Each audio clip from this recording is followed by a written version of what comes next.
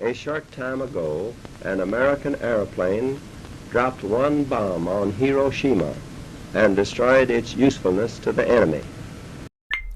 If you're a baby boomer, brought up in the 50s and 60s, you remember air raids.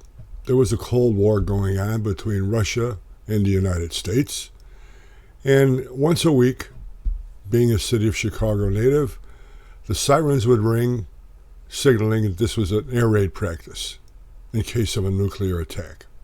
I remember in 1959, the Chicago White Sox were playing the Cleveland Indians in later season American League play.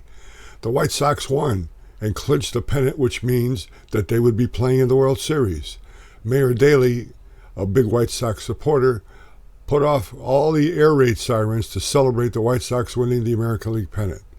1 million Chicagoans went into their cellars thinking there was an air raid and a nuclear attack. It happened in Chicago at 10:30 every Tuesday morning. You're in school.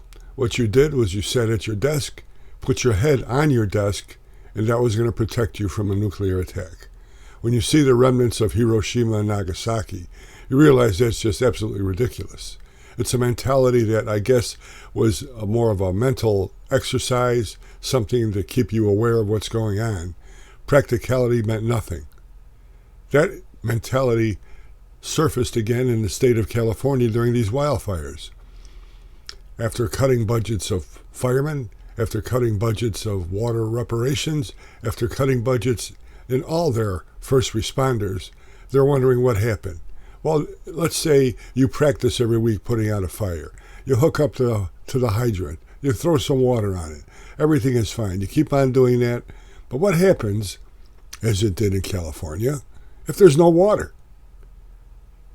You have the practicality of the matter, and yet you have the fantasy of the matter. California practiced the fantasy.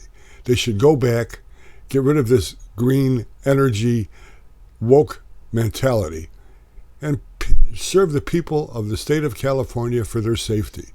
Number one, make sure you got water. Number two, make sure you have enough first responders and firemen. Make sure they're trained properly. Make sure they know what's going on. And make sure all the equipment works. That's unlike what happened there. The air raid mentality of the 50s. It's back in California. What a shame. What a tragedy. Watch the Howdy Boomy podcast on the Howdy Boomy channel on YouTube. The Howdy Boomy Show. Truth, justice, the American way. God bless you. God bless the United States of America.